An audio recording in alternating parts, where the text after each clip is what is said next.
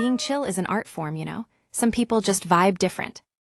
Let's talk about how cats are actually interdimensional beings. No cap, they are merely tolerating our existence. They straight up chose us as their caretakers because we're too dumb to realize they are scouting Earth for the galactic cat overlords.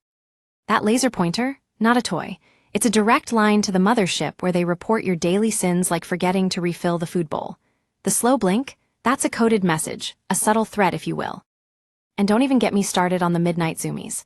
Those aren't random bursts of energy, those are tactical maneuvers they use to sharpen their reflexes. Trust, fam, your cat isn't sleeping. They are simply downloading intel. If your cat disappears, you'll get ghosted. Wake up, sheeple, before it's too late.